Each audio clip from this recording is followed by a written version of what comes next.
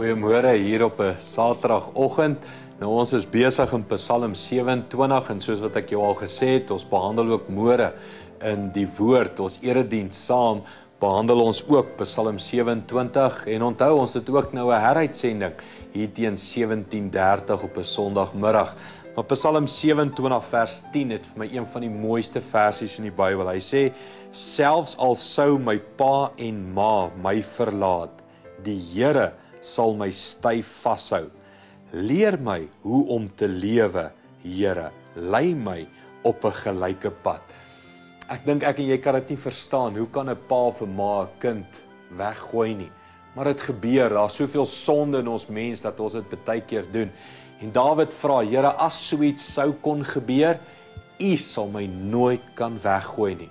En dan gaan hy verder en sê hy: "Dis nie net dat U my vashou nie, U leer my ook hoe om te lewe."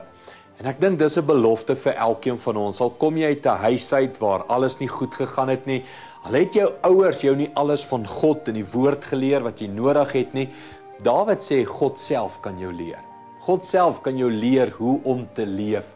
En God self kan jou vashou en jou op die gelyke pad vat. Kom ek en jy bid vir hierdie belofte in ons lewens. Dankie Hemelse Vader dat selfs al sou 'n vader en 'n moeder my in die steek laat, U sal ons nooit in die steek laat nie. U sal ons leer hoe om te lewe. Dankie daarvoor, Here, in Jesus naam. Amen. Goed gaan en ons sien jou môre by ons erediens die woord. Tot môre.